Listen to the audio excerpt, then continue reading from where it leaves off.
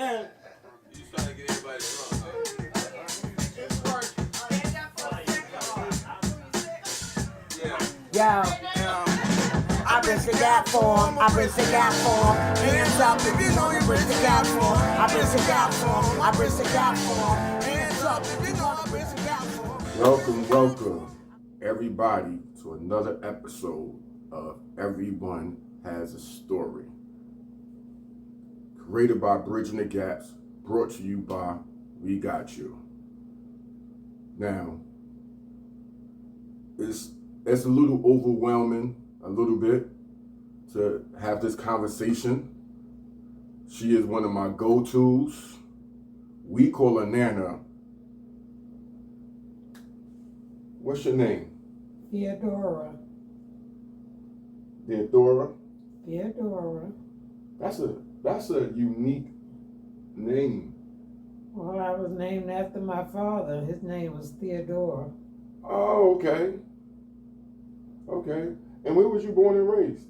Washington, D.C. Washington, D.C. Washington, D.C. Now, you know, I don't like to ask a young lady their age. What year was that? 1938. We're going to let them do the math. I'll tell them 82 years old. I am. 82 young. 82. Don't do that. 82 years young. Yeah, come this September, I'll be 83. Okay, let's go back to your childhood. Okay. Tell us a little bit about your childhood growing up in D.C.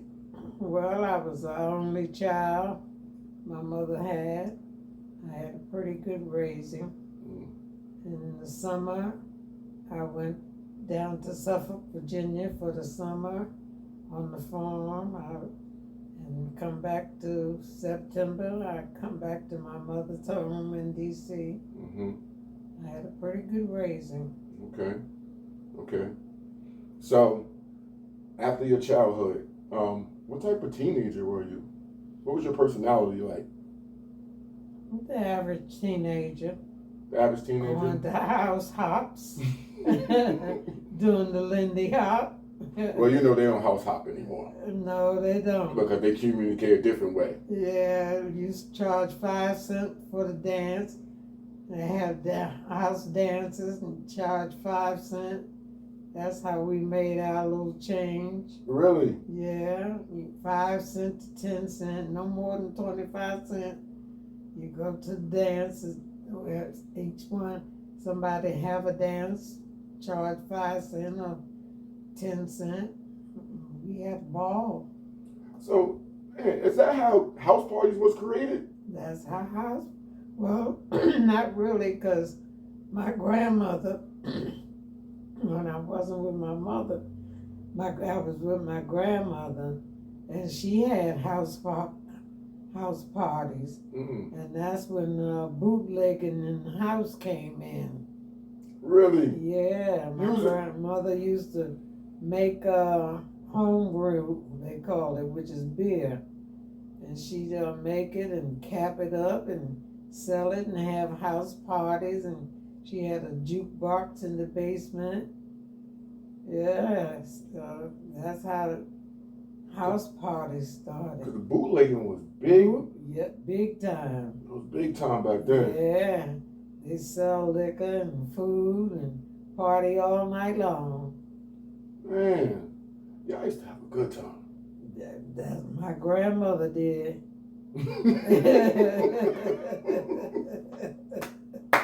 My grandmother, she was a wonderful woman, but she believed in making that money, but she did it the right way. She never had no fights and all that kind of stuff in the house. Okay. But every weekend, her name was Virginia. Mm-hmm. And every weekend they come to Mama's house and play the jukebox, buy liquor, dance, and buy food and party all night. Mm. Now, would you say that's pretty much a result from everything you had to deal with outside? Such as what? Racism? I didn't know too much about racism. You didn't? I didn't encounter it too much, no. Really? Every night, only when I went down on the farm, I would encounter it slightly because my grandmother's father had a big farm in Suffolk, Virginia. Mm-hmm. And the only time I saw white people was when he hitched up the horse and buggy and we go to town.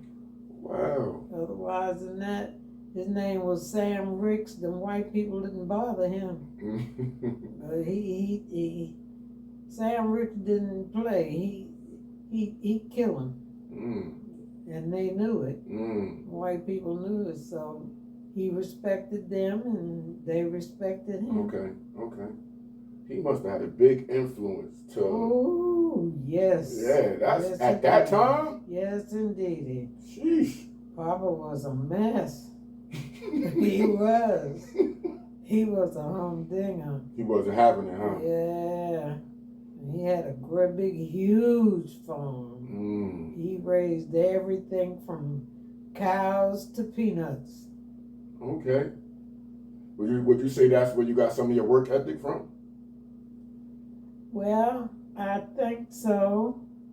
But I think basically I got my work ethic from my mother because my mother she was a workaholic. Okay. My mother was. She loved me, but my grandmother basically raised me. My mother was a career person. So I think I got my work ethics from her. As a matter of fact, the first job I ever had, I was 13 years old. 13? I started working when I was 13 years old. What was you doing? I was sewing. Really? Mm-hmm. Oh, snap. You a sewer? You still can sew? Yeah. Well, I can sew, but I can't see how to sew now because of the glaucoma. Right.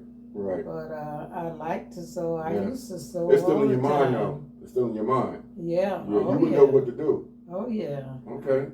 I know what to do with it, how to do it. But I just can't see how to do it with the glaucoma I have now. But I enjoyed sewing. I used to make a lot of my own clothes. Really? Yeah. Wow. See, that's how you keep the black dollars in the home. You make it yourself. Yeah. And I used to sew because I entertained myself basically because I had no sisters and no brothers. Right. So beyond, going to the farm in the summer, my grandfather's farm, and the kids I played with, I didn't have nobody. So how would you say the good thing about that, about being grown up alone? What is the good thing? If you could think of it. I got all the attention. I never lacked for attention. Sometimes I got too much. Right. But I always wished I had an older brother. Okay. Always wanted an older brother. Why you say that? I just wanted an older brother. I just felt like I was missing something, not having an older brother. Okay. A sibling, period. But I had a pretty good childhood. Because I had my mother, I had my grandmother, I had my great-grandfather, and so it's crazy that you're saying that. So you was able to gain wisdom at a younger age. From them all. Wow. Each level. From my mother, from my grandmother, and my great-grandfather. Wow. And in Virginia, my great-grandfather, he had a niece that had a farm that was next to his. And the niece, her name was Eldred. She had 13 children, so I had a lot of kids to play with. Sheesh. Yeah, she had 13 children. So, She was a soldier. Yeah. So I had a lot of kids to play with. To me, I had a pretty good childhood. Mm-hmm. I never lacked for love or Mhm. attention. I never lacked for anything. Okay, so let's bring us to, you remember your first love? My first love. Yeah. Oh boy. Now we get to the crook of the story. His name was Richard West, my oldest daughter's father. Okay. Let me know a little bit about that. Well, ain't too much to tell. He was my first love. And I had a baby, my oldest daughter. Thank God for her. She's living in Florida now. Okay. But he's dead. When did he pass away? He passed away about 2 years ago. Oh, really? Yeah. Mm. So So when I got pregnant with her, I was in Washington, D.C. okay. And my grandmother was moved to Mount Vernon, New York.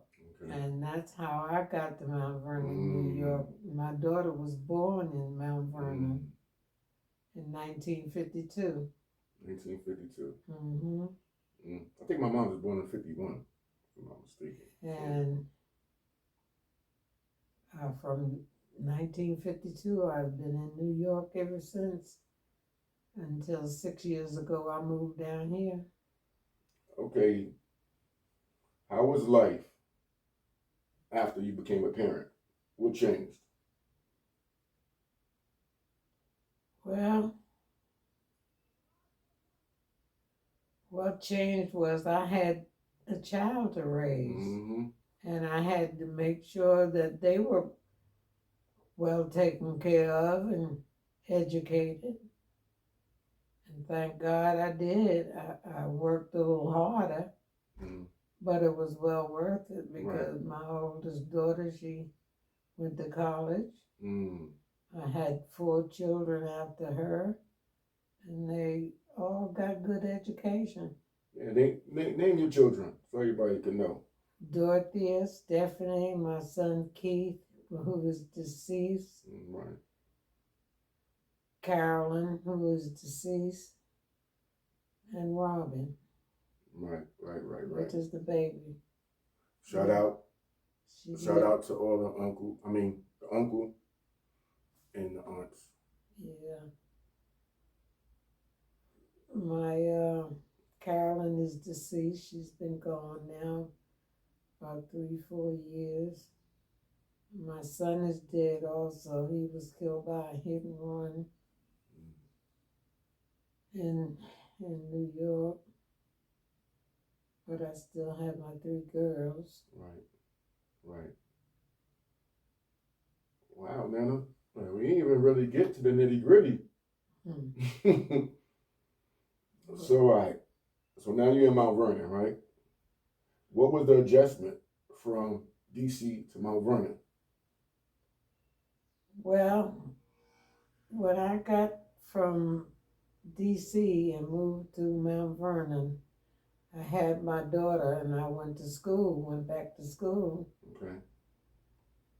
And I got my education and I worked, and that's where I'm in Mount Vernon, where I met and married Carl Miller, which was my husband. Okay. And we were married 28 years. He's deceased also. So I was a widow for a while. And I migrated from Mount Vernon down here to North Carolina 6 years ago. Because of health problems. My doctor told me that New York weather didn't agree with the illnesses I had. So my daughter Robin was down here and Stephanie was down here, my daughter Stephanie. So I moved down here and been down here ever since. Because it has to be tough, and you don't have to respond to this if you don't want to. But I'm pretty sure it's tough when a child goes before their parent. Oh, you have no idea.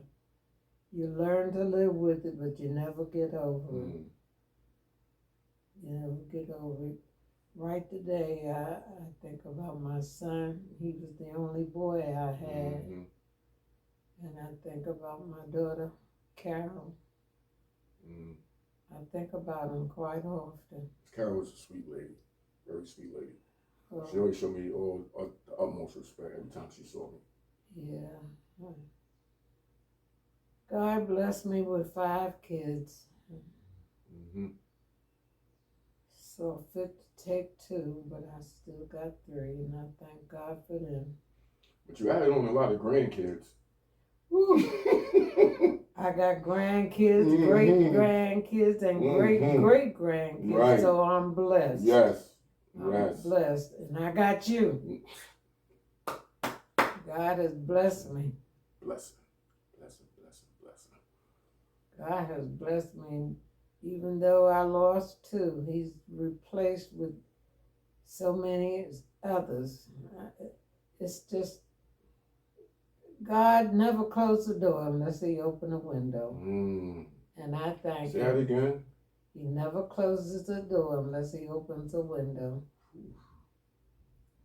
And I'm truly blessed. 82 years old. It's not too many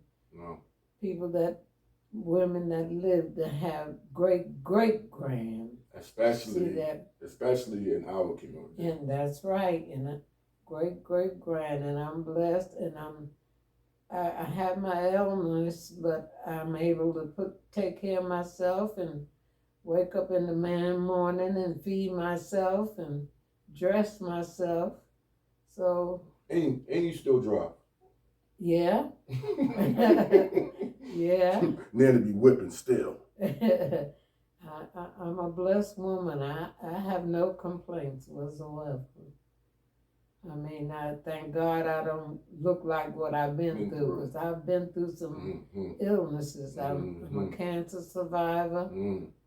And I won't begin to tell you the other illnesses I've had and still have some. But I don't dwell on them, and I don't feel sorry for myself because I'm able to still take care of myself. And I'm appreciative. God has been good to me. And I won't complain. I could tell because the energy that we just had. I know you helped me because you be my counselor a lot of times. Well, you and I, Russell, we can get on the same plate sometimes. I understand you. Yeah. I understand Russell. He's a grandbaby. He's good. Enough about me. It's not about me. It's about you. So, let me know about Black love back in the days. What's Black love like? I can only tell you the love I received from my parents and relatives. Okay. Not from my husband. Okay. I won't go into that. I got you. We don't have to. No. But only thing I can tell you is that I was loved, and I felt it, and I knew it from my family. And I have been blessed with friends. And once I met a friend, we would stay friends until they died. My friends, we were friends over 40-some years. But God saw fit to take them away. Right. But I have had true friends, girlfriends. Really, and I still have one left in New York. Nice. Her name is Kathy. Shout out, Miss Kathy. We talk on the phone every now and then. And ironically, I met Kathy when I was working at the health center in Mount Vernon, New York. That's how we met, and we just clicked right away, and we still are friends. And but the rest of my friends, they have passed. But once I met a friend, we were always friends. I had friends for over 40-some years. I believe it's your genuine energy. Yes. Yeah. Yes. Very much so. Very much so. You definitely have that. I mean, we were the type of friends that we didn't have to see each other every day or be in each other's house every day. But friend in need is a friend indeed. Friend in need is a friend in need. Yes. Yes, and that's the type of friends we had. I had, and I've been blessed with that.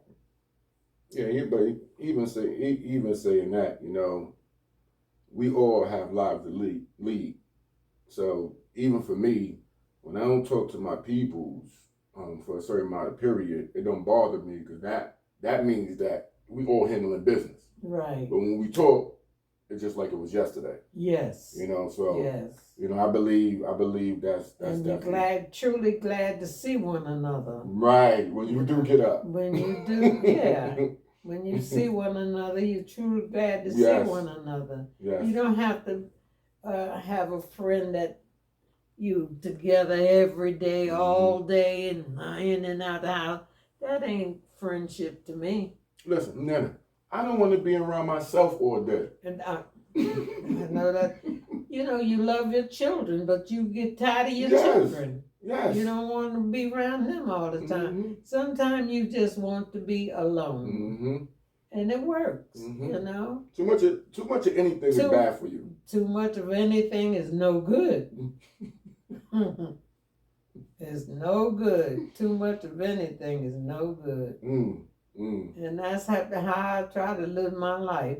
I love my children, but you don't see me running in their house all the time or bothering them all the time, you know. They got their life. So I let them live it. If they want me, they know where I am. And I'll be right there for them. There you go. I love that right there. Yeah. I love that. I'll be right there for them. I don't have to be in their house all the time, minding their business and all that foolishness. But if they need me, I'm there. You're available. Yes, sir.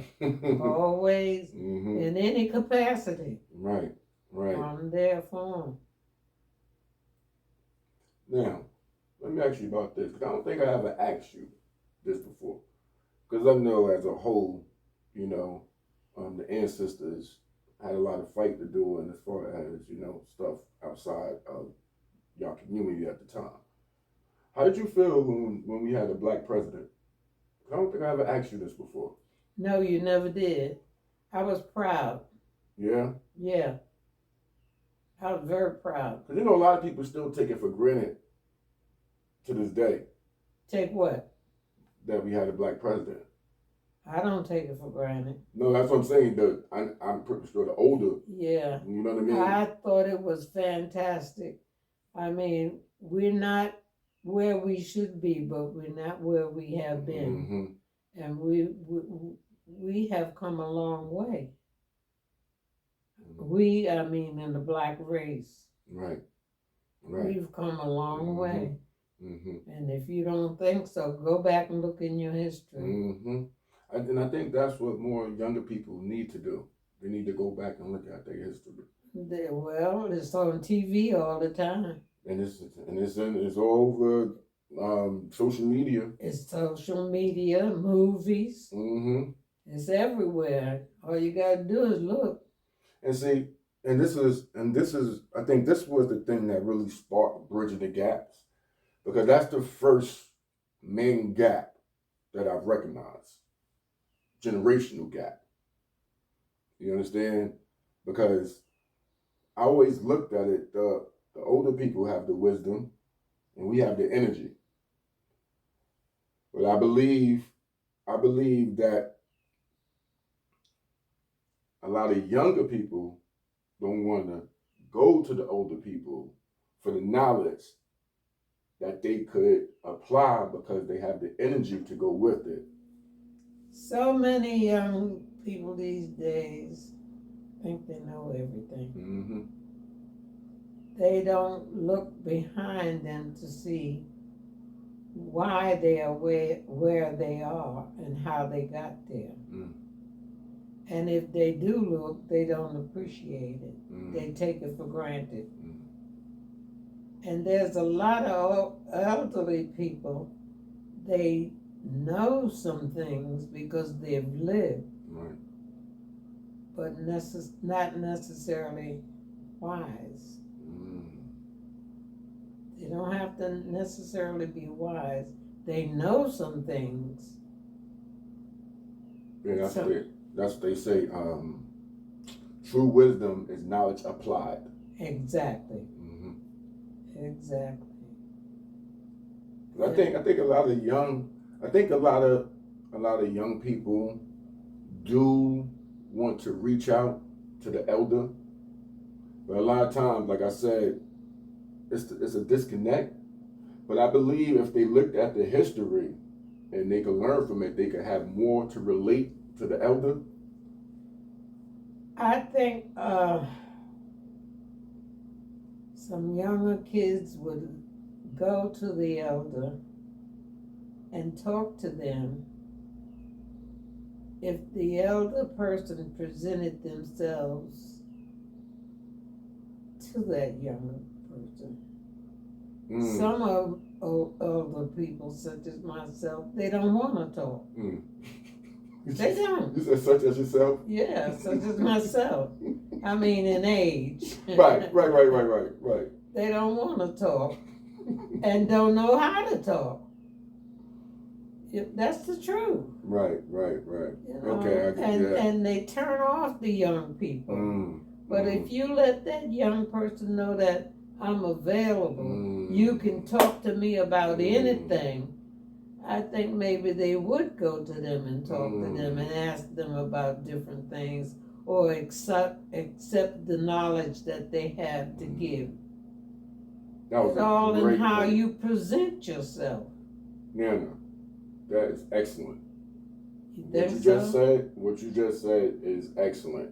Because, that's why I like to ask questions, because, we all could gain theories in our head, but we only know what we know. Right. So when you pay attention to somebody else who actually lived it, who actually break it down like the way you just did, that's awesome. Right. And I tell you something else, a lot of older people, such as myself in age, we've lived and we've done whatever we did, because everybody haven't been good always. I know I haven't been good always. Right here. I've done my thing. I'm still struggling with that right now. But look, enough is enough, and I had to give myself to God. There you go. But I gave myself to God, but I'm not a holy roller. I don't beat a younger person over the head with religion. I invite them to God, and I let them know I gave my life to God. Now, if you want to join me, you're welcome. But I don't beat them over the head with religion. Some people my age, they all of a sudden they holy rollers. I'm not saying that. I'm saying it. They holy rollers. They done went out there and raised all kind of hell they could when they were younger. God knows what they've done, and So now you give your life to God. That's fine. That's wonderful.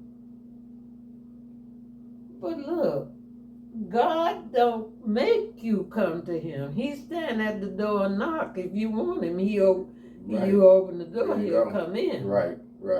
So how you gonna just beat somebody over the head with it? You invite them in. You let them know where your stink coming from. If they don't want it, you've done your part. You invited them. Right. You've Right. done your part. Mhm. You can't make them do anything. You No. can lead a horse to the trough, but you can't make him drink. Mm-mm. So I treat people the way I want to be treated, young and old. And if you come to me and ask me anything, I'm going to give you the best of my advice. If I don't know, I'm going to tell you I don't know. Plain and simple. Simple. Mm-hmm. I don't know. I might could point you in a direction where you can get it. Exactly. Exactly. I'm going to try to do the best I can. Mm-hmm. But if I can't do no better, that's it. Mm-hmm. And it's crazy that you said it. As far as, you know, the putting religion, I believe that's a big reason why, this is just my opinion, why the churches aren't the pillars of the neighborhood anymore. Because the young people are supposed to be the ones at this point holding down the church. That's not the only reason. A lot of churches has gotten so political now. Yeah, it's definitely. And a lot of churches, they're not coming from the Bible. Oof. They talk from the Bible, but they're not, their churches is not expressed from the Bible. Mm-hmm. So you're saying they pretty much more scholars? Yeah. Okay. Yeah. And not only scholars, a lot of churches is all about money. How crazy is that? Yeah. I remember when you could go to church, the church doors was always open. Mm-hmm. You could go in there anytime and pray. Anytime. I used to go to a little one-room church down in Suffolk, Virginia, and you stomp, the dust come up from the floorboards, but it was true religion. So many churches now, big churches, money churches. It's definitely political. Yeah. And you know, with political Exactly. comes money. Exactly. But these days you have to pick and choose. There you go. Right. You got to pick and choose. You do.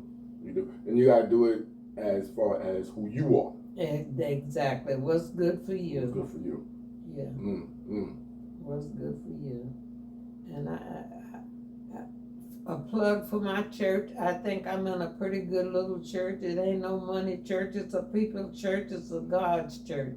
Gethsemane. What's the name of your church? Gethsemane. Where's it located? It's located on Russell Street in High Point. In High Point. Not this Russell.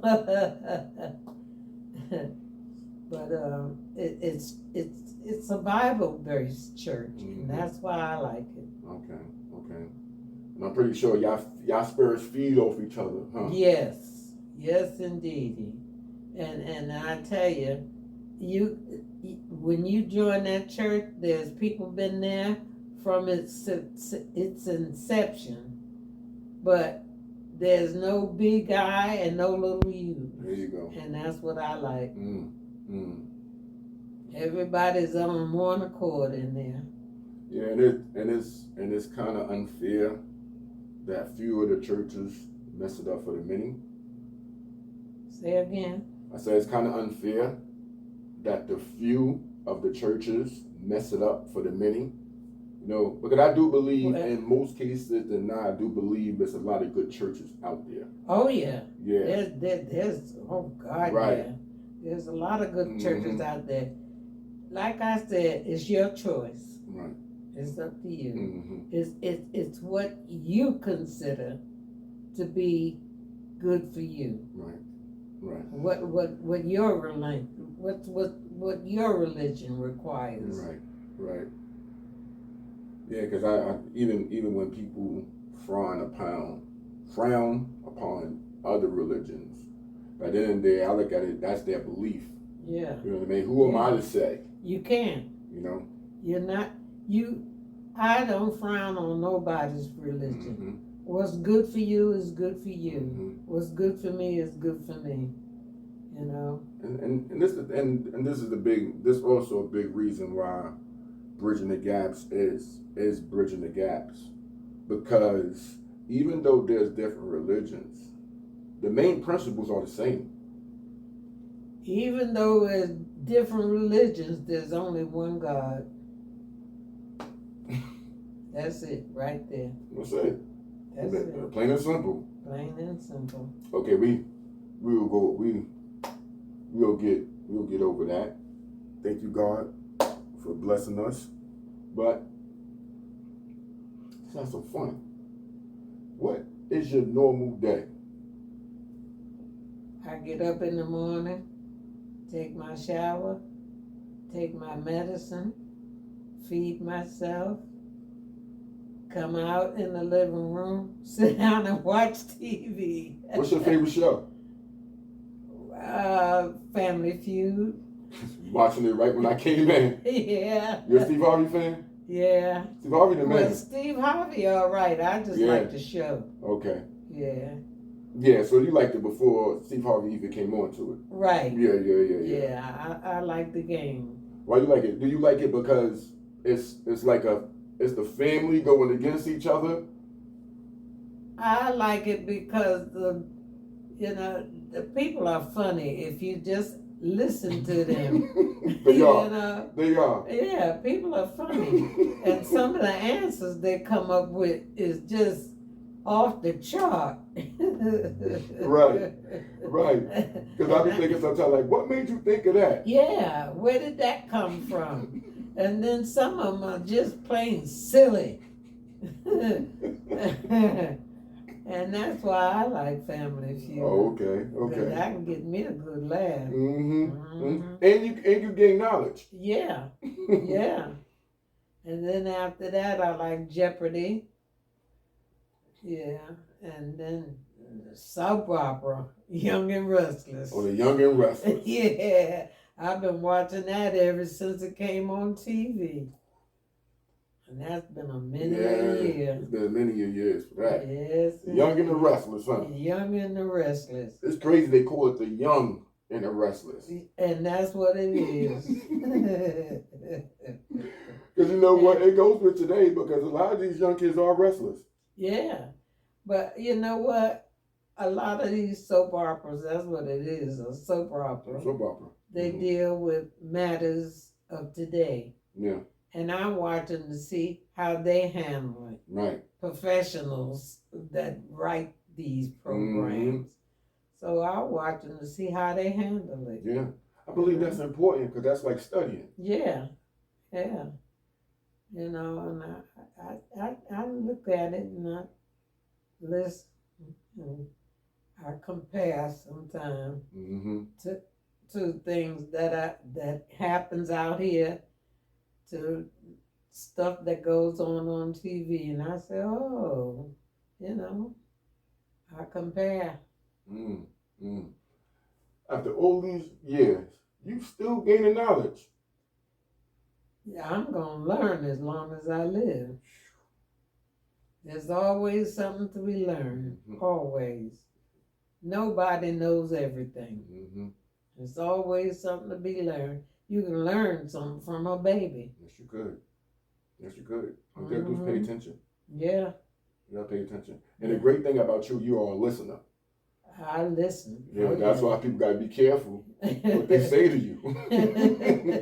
You know, because some people just talk just to talk. Yeah. You can't do that with a listener. Well, I listen. You know, I like to listen. You learn a lot when you listen. Yo, listen. Yes, sir. It'd be funny. We be having the gatherings, right? And Nana be chill.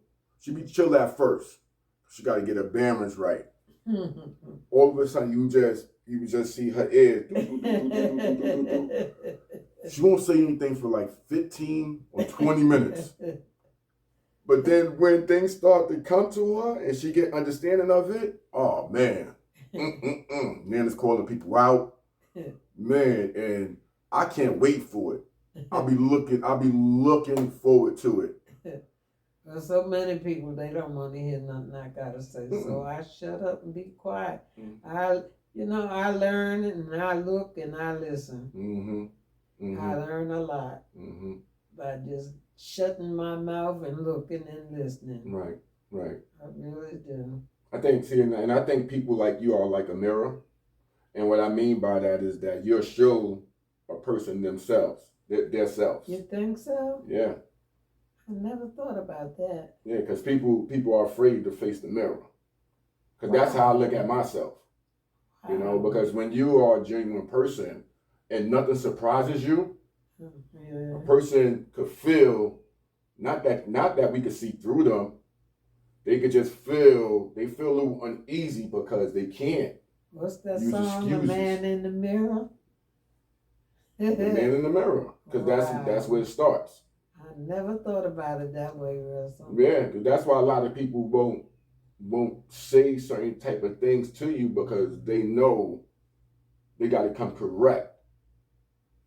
Yeah, I don't like a liar. And I don't like people just to say things that hurt your feelings and that kind of stuff. I don't like that foolish. I'm not going to hurt your feelings if I can help it. Right. I won't say nothing. And you know what? I think that's a big thing what I had to learn. Because it wasn't what I was saying. It was more of how I was saying it and maybe the timing of me saying it. You understand? Because I always believe and I mean what I say. Yeah. You know what I mean? But I realized I used to intervene with God. You know what I mean? Because sometimes a person got to get it on their own. So even when you let them know something, people are resistant, especially when they can't accept something. All the time, a person has to get it on their own. Right. All the time. Right. You know, I don't care what you tell a person, and you know it's 100% correct. Right. Unless that person want to accept it, it ain't doing no good. Yeah. You know, a person has to want these things. Right. If a person don't want it, forget about it. You can't help them. Yeah, it's going to be tough at that point. It's impossible. You cannot help a person who don't want to be helped. It's impossible. They got to want to help, Russell. They got to want to be helped. And that's it. Shoot. That's the truth. They got to want to be helped. It's just like a person who's a drug addict. You can send them to rehab 59 times. They come right back out and start all over again. They got to want to get off of them drugs. Right. And I think that goes back to what you were saying. Okay, you can do what you got to do, but I'm here. I'm going to be available. Exactly. You know? Just let them know that I'm here for you. Right. If you want me, here I am. I'm willing to help you. Right. But I'm not going to badger you. I'm not going to run down behind you. I'm not going to so-called beat you over the head. But if you need me, here I am. Because even if you was to badger them and beat them over the head, the only person you take your energy away from is you and your purpose. Exactly. Because it's taking you off your path. And that's what I had to learn. I'm like, okay, God, I'm doing what I'm supposed to do. But I realized that's all you can do. Yeah, but I was realizing I was getting off my path. And he like, hold on, Russ, what are you doing? I got the people in the path that I want you to help. You know what I mean? Stay on your path. But I'm they like, didn't. I'm still going. Right back to what I said. Right. They didn't want the help. So what are you beating your head against the wall for? I guess it's just a natural instinct. Yeah. You know, especially when you just had to beat your head against the wall to know that they didn't want the help before you stopped. Yeah, I still got a headache right now. I bet you do.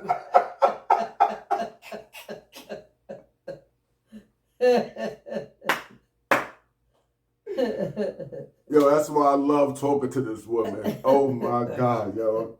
She's not sugarcoating anything. And I'm telling you, if you want to get better, these are the type of people you need to put yourself around. Like, I love Nana. Nana is, like I said earlier, Nana is my go-to. She the one that gives me a certain type of reasoning, you know, and it's so genuine. You know what I mean? Nana's not afraid to say something to me if she feels a certain type of way or whatever. I just love the fact that she's willing to be available, like she said. So anytime I call Nana, Nana always welcome me. Always. That's why man, even doing this, like, woo, telling you. So I think Russell is giving me a little too much credit, but thanks. Want to be all modest and everything.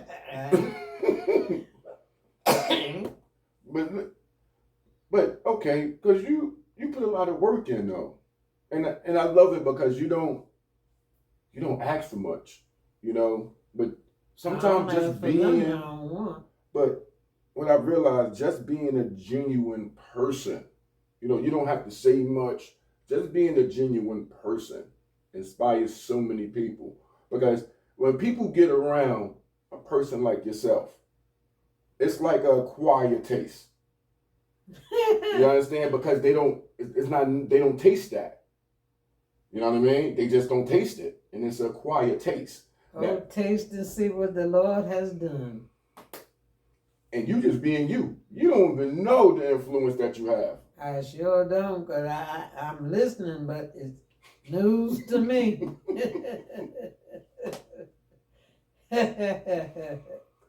Listen, and this is the reason why Bridging the Gaps, and Everyone Has a Story is going to be so huge. Because as for me, this is my counseling. I don't understand. I surround myself like people like this all the time. And if I can't surround my people like this, if I can't surround my people like Nana, then I'm going to be to myself. You know what I mean? It's real important, even us as an organization, to be careful the energy that we take within ourselves. Because the same energy that we take within ourselves, that's where we are relating to the people that actually want to come in and be helped. You know, me and Nana could go all day, but we're going to finish with this. Nana. Yeah. What would you say to somebody that's struggling with faith?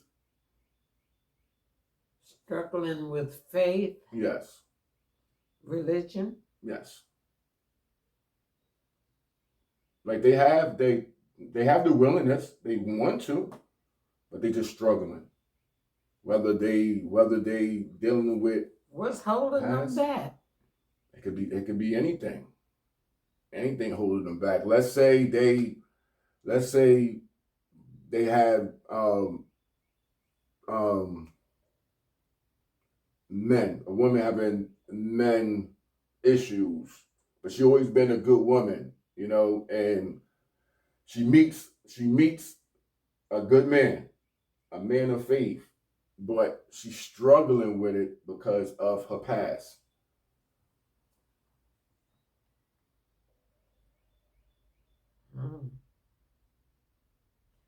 The only way you can combat that is just try. Mm-hmm. You never know, right? And if you meet a person and you really care for that person, you will give your all to understand that person and do the best you can with that person and for that person and by that person. And change it, and you will do the best you can within yourself. So in other words, if I met you and I really cared for you, I'm going to put my best foot forward and ask God to help me with the rest. Ooh, I like that one. Put my best foot forward and ask God to help me with the rest. Exactly. We'll end it with that. Thank y'all for joining us for another episode of Everyone has a story. This is Russ. This is my Nana. We thank you. Don't forget to hit the like button and subscribe so you can know when we give you notifications of the upcoming videos. Bridging the gaps. We got you. Everybody be blessed. Bye. Love you, Nana. Mwah. I like that. I bridge the gap for 'em. Hands up if you know you bridge the gap for 'em. I bridge the gap for 'em. I bridge the gap for 'em. Hands up if you know I bridge the gap for 'em.